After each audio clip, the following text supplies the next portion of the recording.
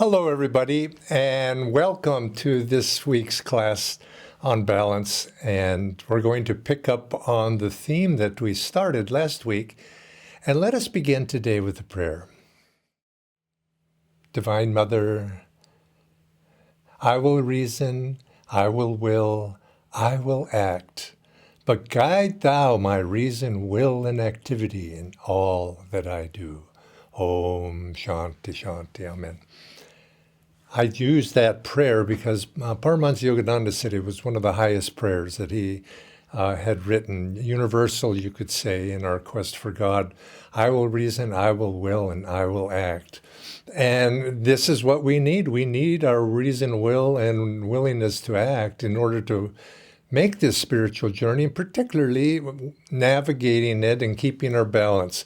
And last week I introduced this topic, and picking up that theme, it occurred to me after I finished that I should have said, don't worry about the fact that we are out of balance often in our lifetime. We don't reason, we don't always use our will, we don't always act in the right way, and we go astray. But it's that is the spiritual path. Learning to bring ourselves into the balance is, in a sense, what we do in our activities and everything we do. And we go too far to the one direction and, oh, that's too far, and we go back too far the next direction. And slowly, this is the process of learning, education, and unfortunately, of course, lifetime after lifetime, until we learn, nope, that didn't work, no, that didn't work, until finally we begin to hone in a little bit of how to act in this world to be in harmony with God's will and putting ourselves in God's will.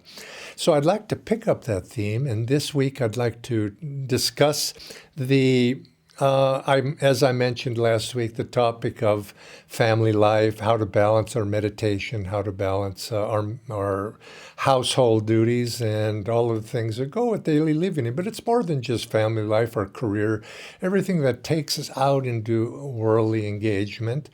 How do we bring that into balance with what we're trying to do inwardly with being meditative, trying to go within, to be rightly guided in everything that we do. Now, before I begin, I wanted to mention that very coincidentally, Nayaswami Jyotish, he writes a blog, he and Devi, each one of them alternates from week to week, and Jyotish wrote last Friday's blog. And he coincidentally addressed this very similar subject. I thought, not exactly, but I would want you to read it, and I recommend that you read it. And I'm going to have Bharat or one of the staff put that link up into the chat box. And when you have an opportunity, copy that link, and you can see Jyotish addressing this topic. And he was making the point in there, just to summarize a few of the things he said, he was making the point and noted there an excerpt from a letter that Rajarsi Janakananda wrote. Said how all of us, we have trouble distinguishing between our divinely appointed duties and our likes and dislikes, and our ego appointed duties, and being able to balance those two and learn the difference between those two. And of course, that naturally raises the question, well, what is our divinely appointed duties? That's our first priority. And Jyotish summarizes what Master said. It's being able to live, to seek God and live our life actively, dharmically, in the highest way possible.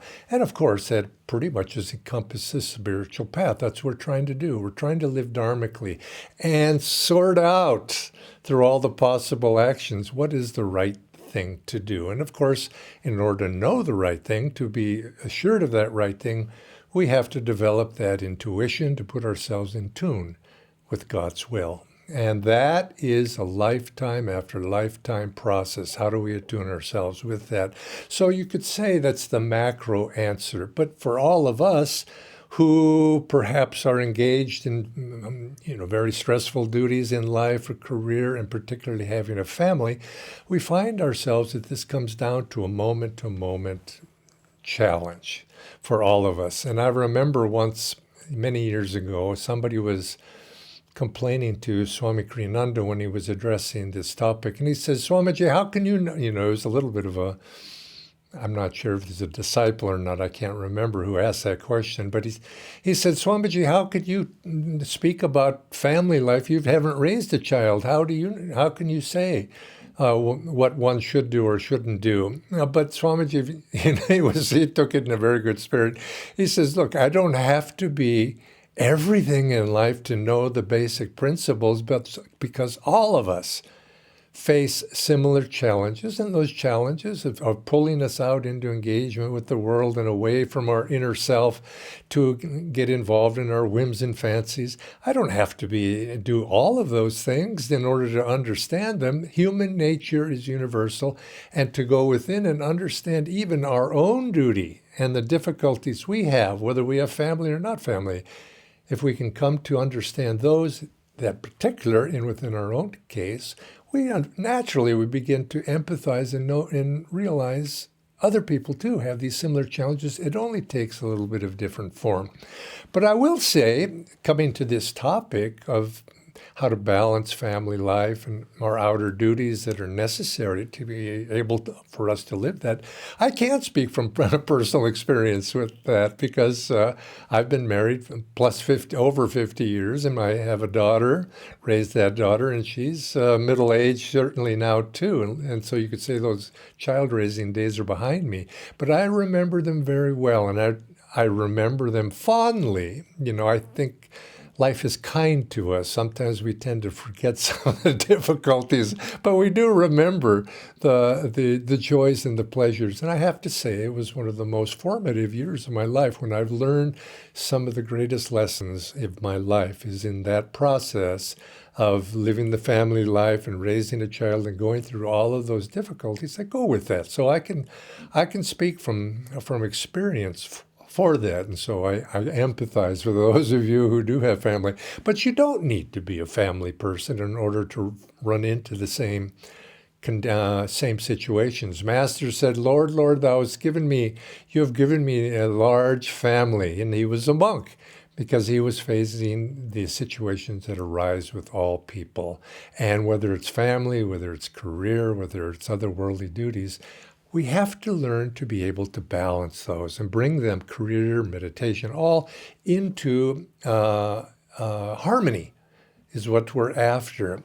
I know in the Indian tradition, Vedic tradition, there's this saying, if one duty conflicts with another duty, if a lower duty conflicts with the higher duty, it's no longer a duty. And I think there's a lot of truth to that too.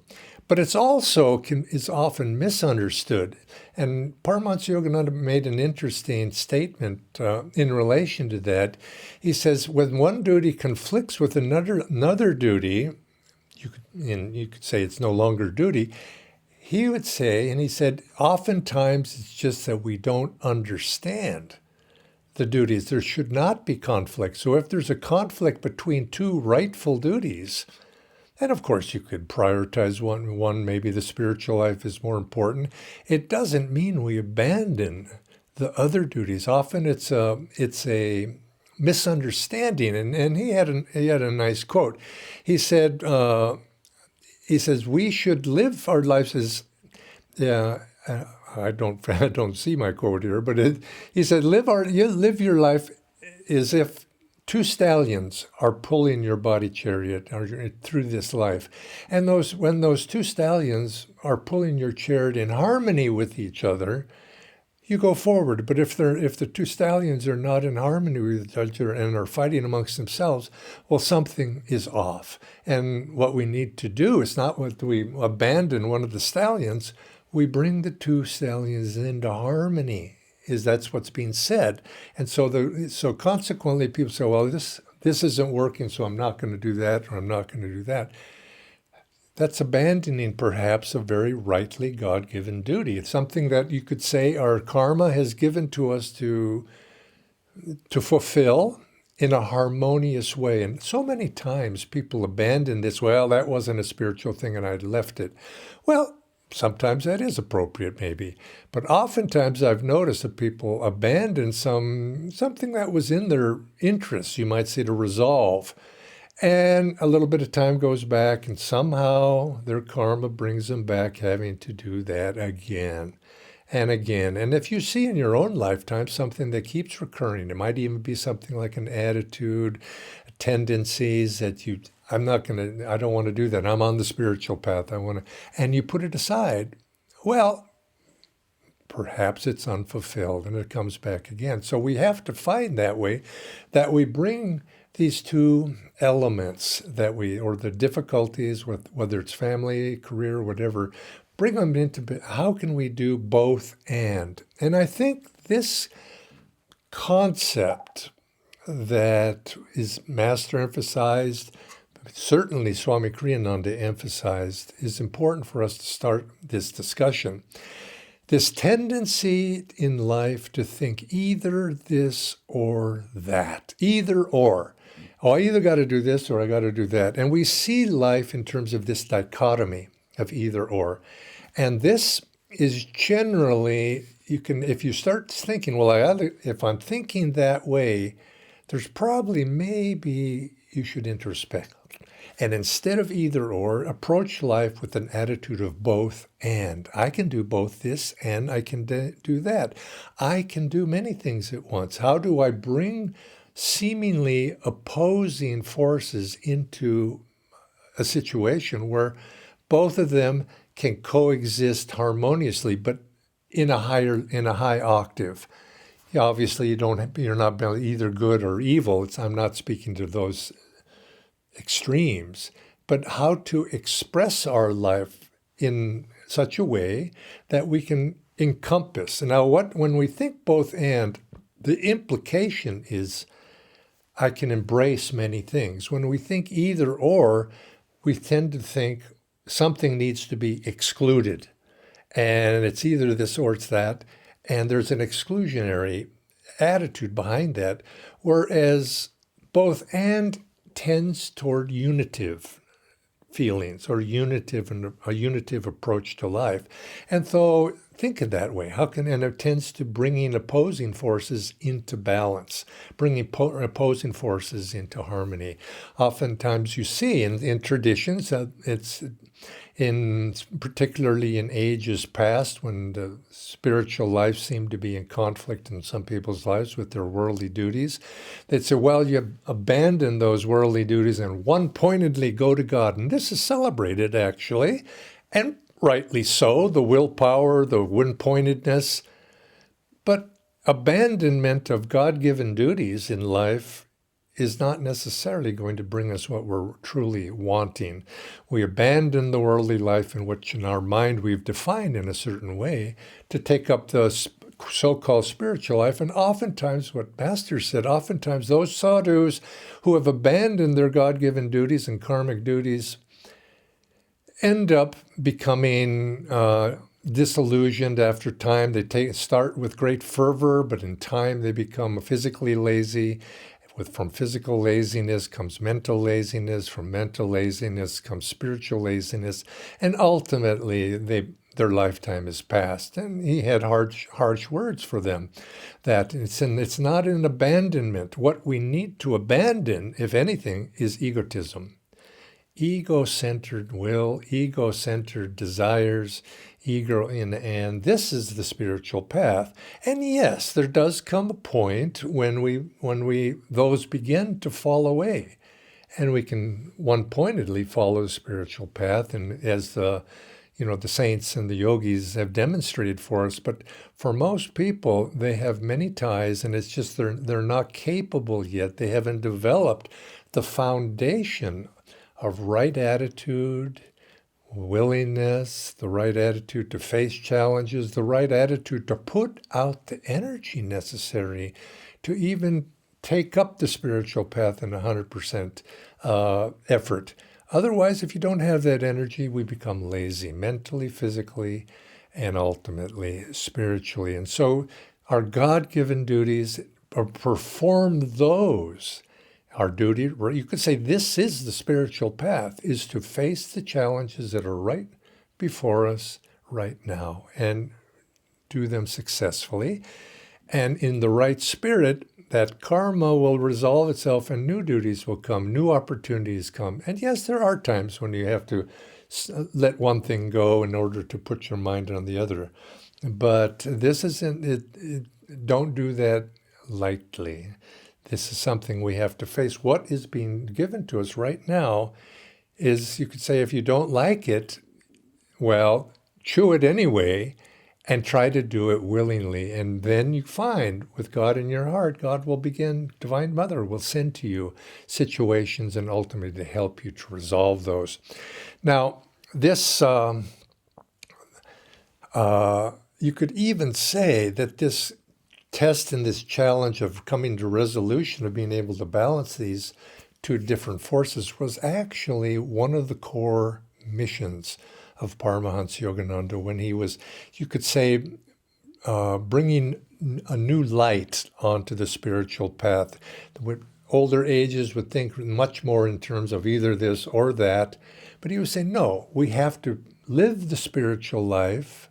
We have to be dedicated disciples, dedicated yogis, but then we need to show how, for our own sake and for the sake of the society as a whole, how do we bring these teachings, how do we bring this spirituality into practical application? So you see, he was reaching out to businessmen, he was reaching out to educators, he was reaching out to families, bringing them all, say, you can live the spiritual life where you are, where God has placed you right now. How do you, that's where we begin. And we bring meditation, we bring Kriya Yoga into the world where we live right now. We don't throw that aside and then go searching for it in the Himalayas, which is much of the story of Paramhansa Yogananda's early life. When your desire is strong enough to actually want to abandon everything and run off to the spiritual life, God brings it right into your neighborhood. It's close to you. And you're given those opportunities if our eyes are opened, if our intuition and our heart is open to receive those. And so we have to be good disciples, and you could say as our Sangha as a whole, one of our missions is to show how can we bring these things into daily life. And this is something that you could say I want to address. I'm addressing in this. How do we bring it in? And how do we raise our energy to begin to harmonize? Well, I think one of the first things is we have to get over this as householders, businessmen, people engaged in the world. We have to get over, just as the sadhu has their challenges, not to be lazy. I think if you're a successful person living with worldly duties, you can't be lazy if you want to be successful. We know this. Raising children, you can't be lazy doing that. If you do it lazy, you're not going to be very successful in your efforts. So we have to get over this idea. I just don't have enough time. I just don't have enough energy for it. I just can't do it. I can't meditate because I've got too many duties. I've got children to raise. I got a job to attend to. I can't. You could even take that one step further. People don't usually say it this way. I don't have time to meditate, and they might even say, "I don't have time to think of God." Well, Master would say it to that. Well, does God have time to think of you? What if that happened? Obviously, we wouldn't be here.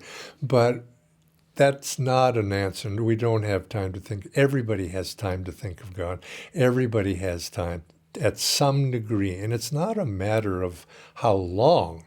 It's the matter of the willingness and the training of ourselves to put our mind on God, to think of God even a little bit.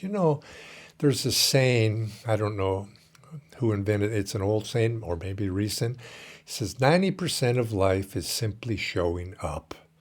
And in other words, it's not so much all these things that we have to do. Spirituality, I want to be spiritual, but I have a family. It's just showing up and being present. I want, in other words, you could say intention. I want to meditate. We have to want to meditate before we're actually going to meditate. I wish I could spiritual. If you don't have that desire, pray for it. Pray for that desire and try to increase your willingness. If only I had time, I would do it. Now, I don't believe it whenever a person says, I don't have time. We all have time. How much time does it really take to think about God? Really? And it reminds me of my story of meeting Swami Kriyananda. I was a very, very so-called, I thought at the time, busy person, at the age of 22. And he asked me to develop because I wanted to proceed on this spiritual path that I had encountered on reading the autobiography. And he said, well, first thing is I want you to start meditating. Develop a meditation practice. And in my mind, I said, I don't know if I can do that. I'm way too busy. And how busy really could a 22-year-old be with God-given duties? No. I was busy with a lot of whims and fancies. Yes, I had a lot of desires that wanted to be fulfilled. And I was busy doing that. So I began to meditate, and I couldn't meditate at all. 15, 20 minutes was too much for me. And so he asked me a week later when I saw him the second time. He said, well, how'd you do? And I said, well, I just can't meditate for 30 minutes, which is what he asked. And he said, well, meditate for 20 minutes. I says, I can't meditate for 20 minutes. And he said, well, meditate for 15 minutes. And I said, I can't. And he said, stop. He says, how long can you meditate? Was I going to say I can't meditate for 1 minute? Well, that would be pretty sad of me to say that, and I knew that was not the right answer because it wouldn't be true. That's why it wasn't right. And I thought about it, and I says, I'm going to try to meditate for 15 minutes. Now, probably the correct answer, how much I could sit there, because I had tried, was about 5 minutes, 2 to 5 minutes. That was my limit. And I says, I can meditate for 15 minutes. I can meditate, you see, I affirmed it.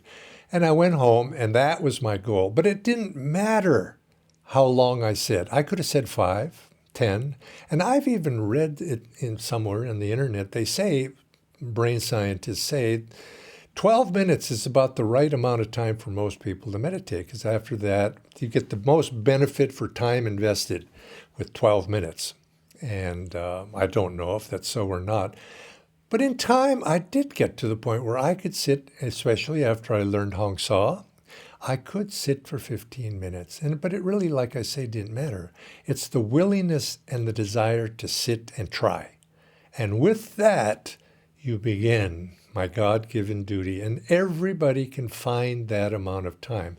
My wife Sadhana Devi, after our daughter was born, she was stressed for time, and then like any new mother, and as the child grows, sometimes, actually at first it wasn't so bad because little babies sleep a lot, but after a while they don't, and then it becomes more hectic. But she wouldn't put up with the other mothers saying, "Oh, I don't have time; it's too busy." She says, "There's always time," and she just got up early, and so we'd get up before, the little child was still sleeping. And you say, well, I'm tired then. Well, yes, aren't we all? And so we find the time, and you make time. And I don't really accept that there's no time. We can find it. Now, you may have to adjust schedules. You may have to adjust the ability to stick with it if the child starts crying and so on. But you can find the time, and you have to be creative. And with creativity, we can answer all of these. But the first thing is show up. I'm here, God. I can't meditate very well, but I am here. And you use the heart. I think this particularly for new mothers. Choose the devotional route. And I think this is for anybody who's caught up in difficulties. Meditating at night, very, very difficult sometimes for some. If you're tired, go to devotion, live in the heart, and you call to God. But it's development of that connection, because life Now, like I say, I've been married over 50 years. I've looked back and I can see that life was lived in stages. There's episodes or chapters in one's life.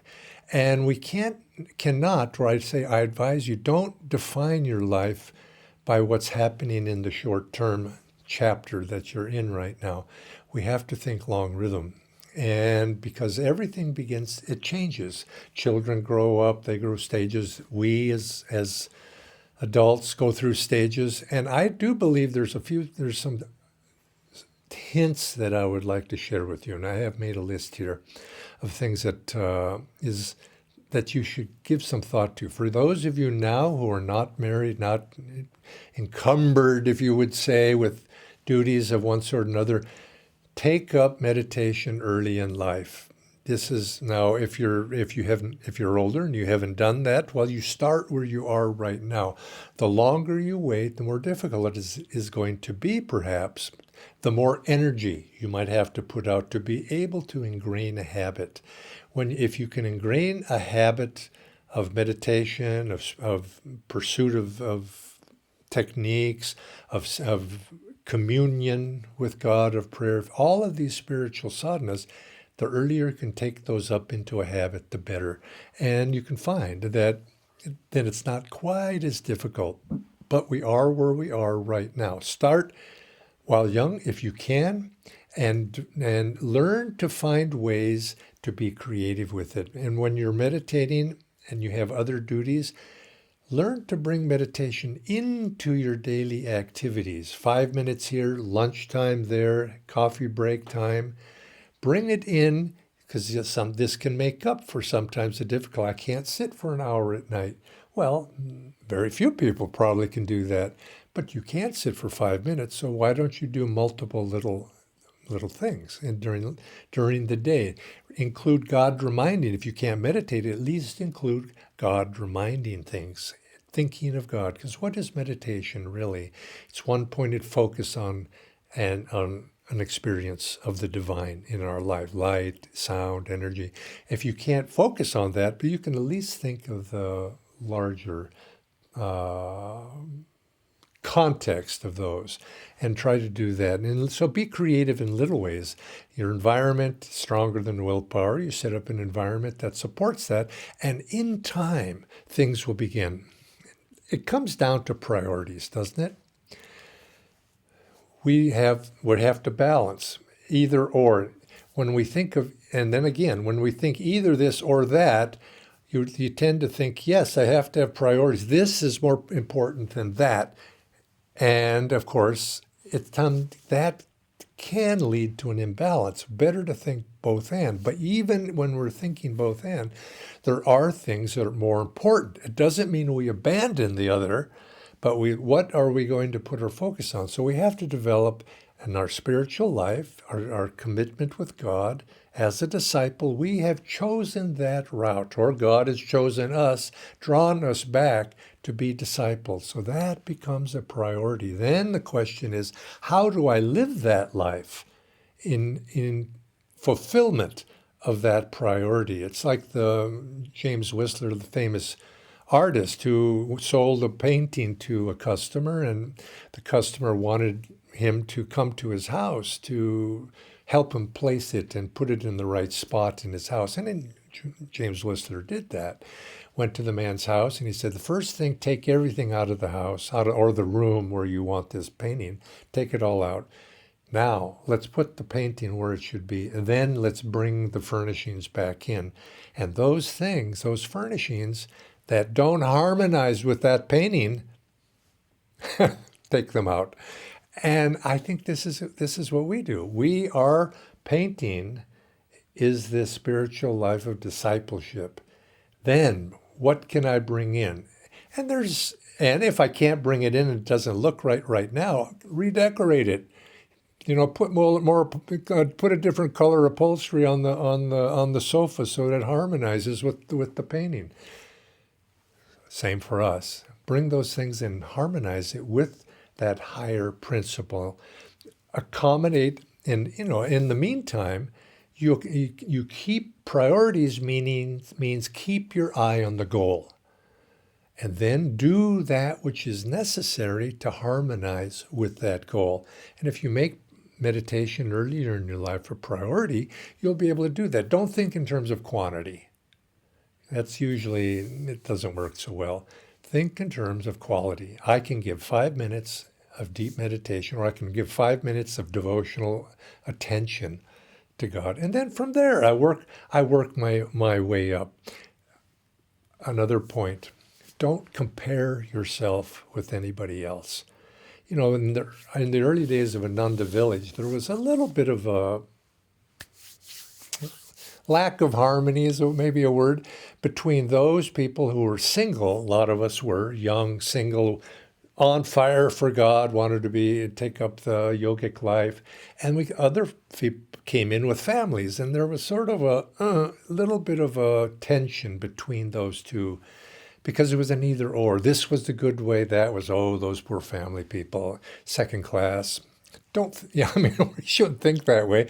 One, those who thought that way, that was spiritual pride. And those who bought into that had less of an understanding, and they were agreeing with it and say, yes, I'm a second-class citizen. Just by their reaction, they were saying that. They hadn't learned, and which we did. We, as a community, as a group, we learned that, no, that's not the right way. But the problem there in the beginning was people were comparing themselves with other people. My duty is not your duty. What I do is my duty is the best. I'm going to do it the best I can. And if, each one, whichever side of the argument you're on, you have to not compare with others. You do the best you can with what you're doing, and do it with quality. And then eventually from there, we work our way up. I think all of this, I did mention this already, but I want to reiterate this. Much of this begins with a desire to actually want to meditate. It begins with a desire to really be what it takes to be a disciple. And that comes down to really wanting God. Do we really want God? If you come to that point, if you don't really want God, life is going to have to teach you a lot of lessons. We want God theoretically. It's a concept. Oh, that would be nice to have God.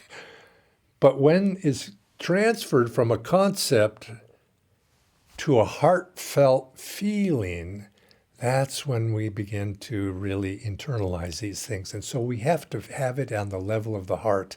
The heart must yearn. If the great, you could say, enemy of our spiritual life is spiritual indifference. We don't care. We don't know. We're just going through the motions, but deep down we've lost that desire. And this can happen to a monk, person that are nun.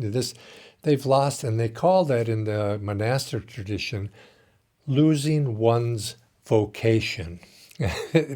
We lose that desire we had when we were 25 years or 30 years old.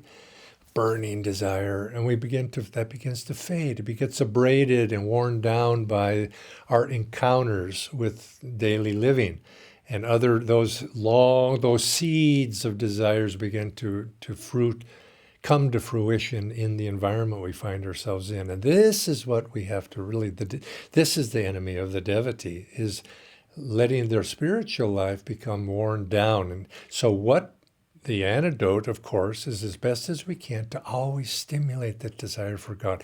And if anything else, if you're having difficulties with your daily lives, you don't want that. And that should be a motivation for us to find the solution. God, I want the solution. This isn't working. Help me, help me. And if you open your heart, as we say in our ceremony, open your heart to me and I'll enter and take charge of your life.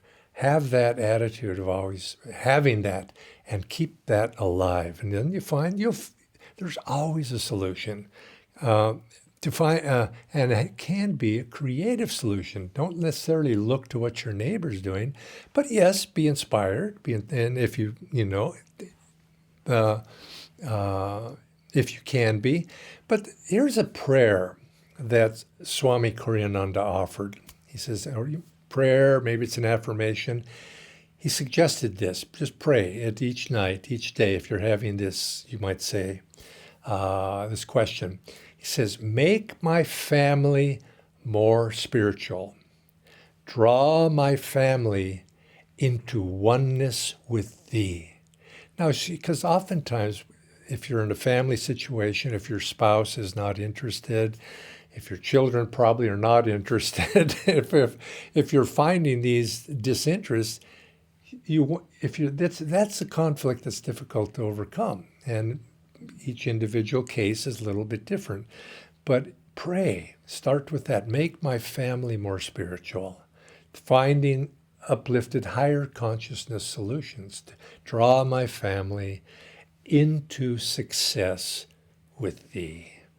And of course, your family may, if they are opposing you, it's unfortunate, but you do your best, and try at whatever cost, keep your attunement with God and Guru. You're right by your side. God, draw me into thy kingdom, and let me be an inspiration for those people around me. Keeping that attunement high is, you could say, the very key, the very foundation of the spiritual life. And of course, taking this a little bit further, when we think of my family, who is my family? And this is, you could say, one of the drawbacks of family life, is because we limit ourselves. And as famous quote, the master, us four and no more. This is, you could say, each path has its own benefits. And one of the benefits of the householder life, in my experience, it raises our energy if we're willing to take up the challenge, because it does take energy. It takes creativity. It stimulates your creativity, how to be creative on the spiritual path. And I think this is why I think family people make good leaders in this way, because they learn to work with other people. They learn to work with other people's and families' realities.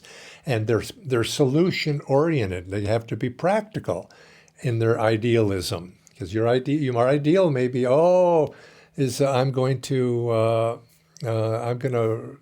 change the world and demonstrate the perfect family life. It's like that minister who was a young man before he was married. He wrote a little pamphlet for his congregation, rules for raising young children, and then he got married, and he was having to deal with other children. Then it turned into suggestions for raising spiritual children. And then finally he had his own children, and he stopped publishing his pamphlet. Well, this is how it is. We come, and we have to learn to be practical. So it gives us that ability. But perhaps one of the greatest benefits is it should teach us to expand our sense of family beyond our immediate surroundings. Who is our family? And this is what makes this the social path to God, the expansiveness of our heart's feelings. For those close to us, we learn to love, we learn to care for, we learn to take responsibility, and then we begin to expand that, and we begin to see that in other people and draw them into our sense of family. So this is, you could say, the benefit of the family life. And the attitude, and try to incorporate the attitude of willingness. It's a really thing. If only I didn't have these family responsibilities, then I'd be able to meditate. If I didn't have this career I had to put all this work into, then what are you building into? It's building an attitude of reluctance and lack of energy and unwillingness. Woe is me. This is not going to get us to God.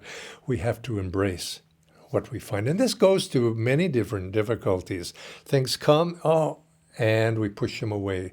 But God comes to us in many forms, and be willing to accept that which comes to us, that which comes of itself. Let it come, and deal with it in the highest possible way. And you'll find that if in using these basic principles, that at times, yes, maybe we might have to modify our practice in this time or that, but we never have to abandon them.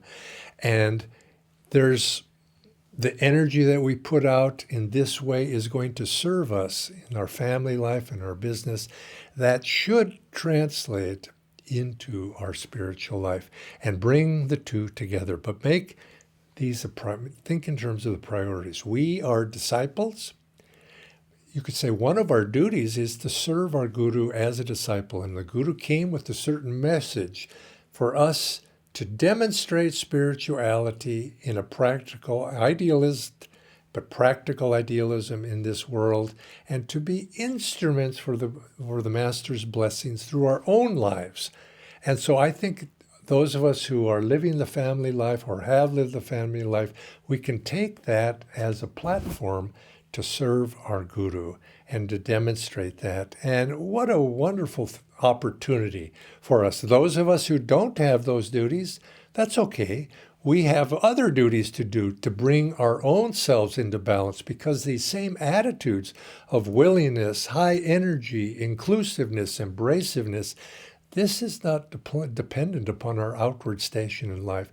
And it's the idea that I can abandon this so that I can do that. No, it's both and. We have different sides to our personality, and this is where I want to go with next week's discussion. We have within ourselves a universe of potentials, and none of us really are, we say outwardly we're householders, it's an outward definition, but inwardly, it's not some people are naturally householders, some people are naturally yogis. It's that we're wearing that clothing in this lifetime. But inside, we're the same, but we do have different tendencies expressed outward. And one of the things that often gets out of balance is a sense of those energies that we have. We have male energy, we have female energy, we have the reasoning type of person versus a good person that goes by feeling. We have the intellect, we have intuitive. How do we bring these into balance? So let's take next week, let's take this discussion in that direction. We all have a universe of potentials within ourselves. How do we bring those into balance? And today we've talked about outward form, bringing those into spirituality into balance. Next week we'll go inward. God bless all of you, and I hope to see you again next week. Om Guru.